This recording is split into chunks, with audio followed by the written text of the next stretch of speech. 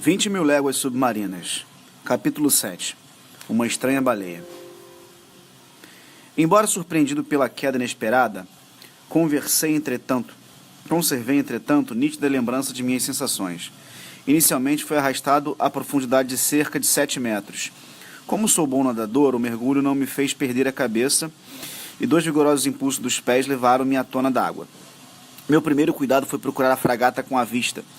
Teria a tripulação dado meu desaparecimento? Teria Abraham Lincoln virado de bordo? Teria o comandante Farragut mandado arriar uma baleeira? Poderia eu ter esperança de salvar-me? A escuridão era profunda. Em direção ao oriente entrevi massa escura que ia desaparecendo e cujos faróis iam se apagando no horizonte. Era a fragata. Julguei-me perdido. Socorro! Socorro! Gritei nadando desesperadamente em direção ao navio. Minhas roupas embaraçavam meus movimentos porque a água as colocava no meu corpo. Ia afogar-me. Sufocava. Socorro! Foi o último grito que dei. Minha boca encheu-se d'água. Debati-me inutilmente. Estava sendo rapidamente arrastado para o fundo do abismo. Inesperadamente, minha roupa foi agarrada por mão vigorosa. Senti-me puxado para a superfície do mar e ouvi claramente essas palavras, pronunciadas ao meu ouvido. Se o senhor quiser fazer a gentileza de encostar-se em meu ombro, poderá nadar com muito mais facilidade. Com as 2 mãos segurei o braço do meu fiel conselho.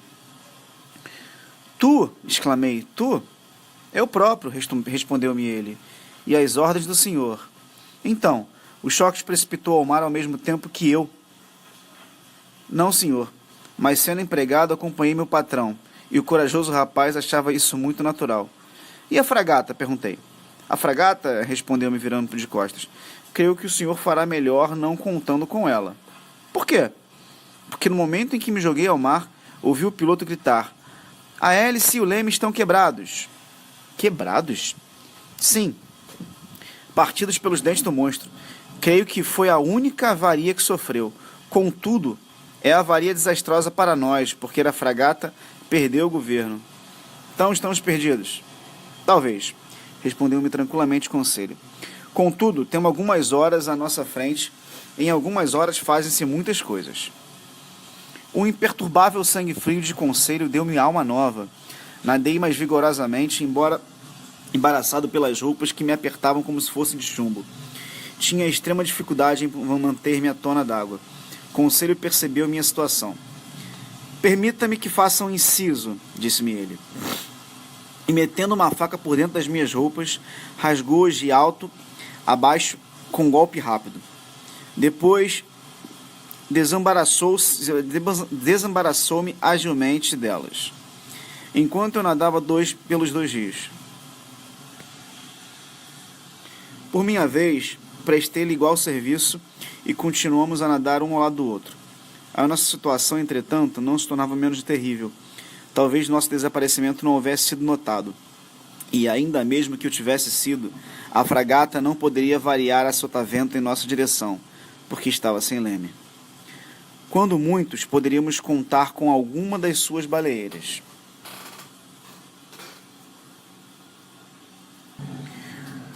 Conselho examinou cuidadosamente essa hipótese e nela baseou seu plano. Admirável temperamento. Aquele fleumático rapaz raciocinava naquelas circunstâncias como se estivesse na sua própria casa. Baseado na hipótese de que nossa única probabilidade de salvação era sermos recolhidos por alguma das baleeiras da Abraham Lincoln, resolvemos proceder de modo a nos aguentarmos o maior tempo possível. Dividimos as nossas forças para não esgotá-las simultaneamente e continuamos o seguinte. Enquanto um de nós se mantinha de costas, braços cruzados e pernas estendidas, o outro nadava e o empurrava para a frente. Esse papel de rebocador duraria 10 minutos e, revezando-nos por esse processo, poderíamos aguentar durante algumas horas e talvez até o amanhecer. Fraca probabilidade, mas a esperança está tão profundamente enraizada no coração do homem. Além disso, éramos 2. Enfim, ainda que eu procurasse destruir qualquer ilusão, mesmo que quisesse despertar, não conseguiria.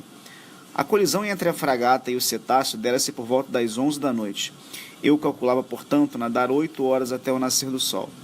Coisa perfeitamente possível desde que nos revezássemos. O mar estava calmo e pouca fadiga causava. De vez em quando tentava vencer aquelas densas trevas com a vista.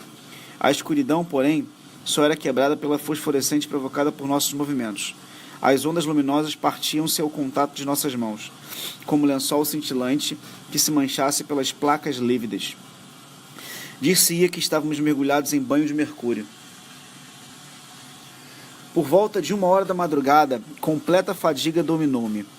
Meus membros inteiriçavam-se sobre a compreensão de violentas câimbras. Conselho foi obrigado a suster-me e a responsabilidade de nossa salvação recaiu exclusivamente sobre ele. Pouco depois o ouvi ofegar. Sua respiração tornava-se curta e apressada. Percebi que ele não podia resistir por muito tempo, mas... Deixa-me, articulei. Abandoná-lo? Nunca, respondeu-me. Antes de meu patrão afogar-se, deixarei eu de existir. Nesse momento, a lua reapareceu por entre as franjas da pesada nuvem, que o vento arrastava para leste. A superfície do mar cintilou sob seus raios. A benéfica luz reanimou nossas forças. Levantei a cabeça e investiguei com a vista todos os pontos do horizonte. Avistei a fragata. Encontrava-se 5 milhas de nós e formava massa escura, apenas visível. Quanto às baleiras, nada. Tentei gritar, mas seria inútil a tamanha distância. Nenhum som conseguia atravessar meus lábios inchados. Conselho ainda podia articular algumas palavras e eu escutei repetir várias vezes. Socorro! Socorro! Suspendendo por um instante nossos movimentos, pusemos-nos à escuta e, talvez fosse um desses zumbidos que o sangue comprimido provocava no ouvido. Pareceu-me que um grito respondia ao grito do conselho. Ouviste? Sussurrei. Ouvi sim, senhor. E Conselho lançou ao espaço um novo pedido desesperado. Desta vez não podia haver erro possível. Uma voz humana respondia ao nosso apelo.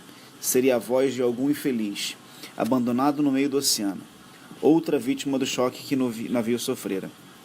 Ou seria alguma lancha de fragata que nos procurava em meia escuridão. Conselho fez supremo esforço e, apoiando-se em meu ombro, enquanto eu resistia na última convulsão, ergueu-se a meio, fora d'água e caiu sem forças. Conseguiste ver alguma coisa? Vi, murmurou ele. Vi, mas não falemos, poupemos nossas forças. Que teria visto? Então não sei como a ideia do monstro veio-me pela primeira vez ao pensamento. Mas, e aquela voz? Não estamos mais perto do que Jonas se refugiariam no ventre das baleias. Entretanto, o conselho continuava a rebocar-me. De vez em quando levantava a cabeça, olhava para frente, dava um grito de reconhecimento, a que respondia uma voz cada vez mais próxima. Eu mal o escutava. Estava completamente exausto. Meus dedos afastavam-se uns dos outros. Minha mão deixara de ser ponto de apoio. Minha boca aberta enchia-se de água salgada. O frio paralisava meu corpo. Levantei a cabeça pela última vez e afundei. Nesse instante, um corpo duro chocou-se comigo. Agarrei a ele. Depois senti que me retiravam da água, puxavam-me para a superfície. Meu peito esvaziou-se e desmaiei. É certo que o desmaio durou pouco e rapidamente voltei a mim, graças às vigorosas fricções que me aqueciam o corpo inteiro. Entreabri os olhos. Conselho, suspirei. O senhor chamou? Perguntou meu criado. Nesse momento, aos últimos raios da lua, que se escondia no horizonte, percebi um rosto que não era do conselho e que reconheci imediatamente. Ned! Exclamei. Em pessoa, correndo atrás de meu prêmio, respondeu o canadense. Você também foi tirado ao mar pelo abauroamento? Sim, professor, mas favorecido, porém, do que o senhor. Tomei pé quase que imediatamente em uma ilha flutuante. Ilhota? Ou, para ser mais verdadeiro, sob o nosso gigantesco narval. Explique-se, Ned. Agora sei porque meu arpão não pôde cortar e embatou em sua pele. Por que foi? É porque o monstro é feito de chapas de aço. A essa altura de minha narrativa é preciso que me esforce para reavivar minhas recordações e controlar minhas asserções. As últimas palavras do canadense haviam produzido súbita reviravolta em meu cérebro. Consegui içar-me para a parte mais alta do ser. O objeto. Meio submerso que me servia de refúgio e nele bati com o pé. era evidentemente corpo duro e impenetrável, e não a substância mole que constitui o corpo dos grandes mamíferos marinhos. Contudo, aquele corpo duro podia ser uma carapaça óssea, semelhante à dos animais antediluvianos, e eu me sentiria à vontade para classificar o monstro na classe de répteis anfíbios, tais como as tartarugas e aligatores. Mas não era possível o engano. O dorso escuro que suportava era liso, polido, não imbricado. Quando batido, produzia som metálico e, por mais incrível que fosse, parecia feito de chapas cavilhadas. Não poderia haver dúvida, um animal, um monstro, fenômeno natural que intrigava os sábios de todo o mundo e alvoroçara e iludir a imaginação dos marinheiros dos dois hemisférios, era ainda um fenômeno mais espantoso do que supuséramos, porque era um fenômeno fabricado pela mão do homem. A descoberta da existência do mais fabuloso e mitológico de todos os seres não teria causado tamanha surpresa. Que o prodigioso nos venha da mão do Criador é fácil de aceitar, mas encontrar, de repente, o impossível sob os nossos olhos, misteriosa e humanamente realizado, era próprio para confundir nosso espírito. Contudo, não havia dúvida possível. Estávamos estendidos sobre o dorso de um barco submarino, onde até podíamos julgar com a forma de imenso peixe de aço. A opinião de Ned Land estava formada a respeito. A Conselho e a mim cabia apenas conformar com ela. Mas, então, disse eu, esse aparelho encerra um maquinismo de locomoção e uma tripulação para manobrá-lo. Certo, respondeu o arpoador. Embora nas 3 horas em que habito nessa ilha não tenha lhe dado sinal de vida. O barco não se moveu? Não, professor. Deixe-se embalar ao sabor das ondas, sem sair do lugar. Contudo, sabemos que é dotado de grande velocidade e não podemos duvidar disso. Ora, como é necessário máquina para produzir essa velocidade e maquinista para dirigir essa máquina, daí concluo que estamos salvos. Fungou Ned, desconfiado. Naquele momento, e como para dar razão ao meu argumento, produziu-se a ré do estranho aparelho um borbulhar, tornando evidente que o seu propulsor era a hélice, e ele se pôs em movimento. Mal tivemos tempo de agarrar a sua parte superior, que emergia a cerca de 80 centímetros. Felizmente, a sua velocidade não era excessiva. Enquanto ele navegara horizontalmente, não tenho do que me queixar, murmurou Ned Land. Mas se ele der a veneta de mergulhar, não darei $2 por minha pele. Em menos ainda poderia avaliar-se o canadense. Tornava-se urgente, portanto, comunicar-nos com os seres, fossem quais fossem, que se encontravam encerrados nas entranhas daquela máquina. Procurei na superfície dela alguma abertura, um painel, uma escotilha, para empregar o termo técnico, mas as linhas de cavilhas solidamente achatadas na juntura de chapas de aço eram contínuas e uniformes. Além do mais, a lua desapareceu naquele momento, deixando-nos uma completa escuridão. Foi preciso esperar que amanhecesse para procurar os meios de penetrarmos naquele barco submarino. Assim, pois, nossa salvação dependia exclusivamente do capricho dos misteriosos pilotos que dirigiam aquele aparelho. E se mergulhassem, estaríamos perdidos. Salvo esse caso, eu não duvidava da possibilidade de entrar em comunicação com eles. Com efeito, se eles próprios não fabricassem o ar que respiravam, e seriam forçados a voltar de vez em quando à superfície do oceano para renovar a sua provisão de moléculas respiráveis. Daí a necessidade de uma abertura que pusesse o interior do barco em comunicação com a atmosfera. Quando a esperança de sermos salvos pelo comandante Farragut, deveríamos renunciar completamente a ela. Estávamos sendo levados para o oeste e calculei que nossa velocidade relativamente moderada talvez atingisse 12 milhas por hora. A hélice batia as ondas com regularidade matemática, emergindo algumas vezes e provocando esguichos d'águas fosforescentes a grande altura. Por volta das 4 da madrugada, a velocidade do aparelho aumentou de tal maneira que só muito custo resistimos àquele arrastamento vertiginoso, quando as ondas nos açoitaram em cheio. Felizmente, Ned encontrou com a mão uma grande argola de ferro, fixada na parte superior do dorso do barco, e nela nos agarramos. Felizmente. Afinal, terminou aquela noite longa. As minhas Reminiscências incompletas não me deixaram narrar todas as impressões que me abalaram. Apenas um pormenor aflora minha lembrança.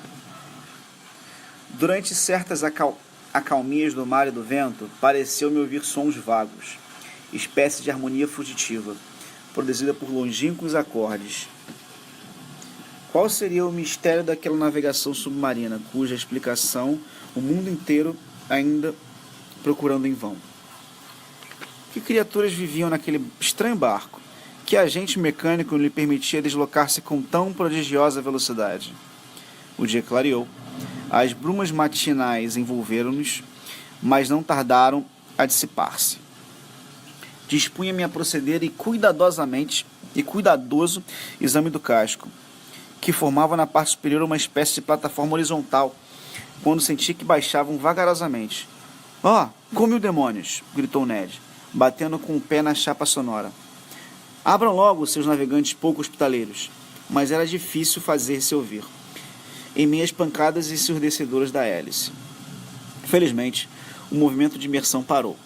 De repente, no interior do barco, produziu-se o ruído de ferragens, puxadas com força. Uma chapa levantou-se e um homem apareceu, deu um grito esquisito e desapareceu imediatamente. Alguns instantes depois, 8 sólidos rapagões, mascarados, apareceram silenciosamente e nos arrastaram para o interior de sua formidável máquina.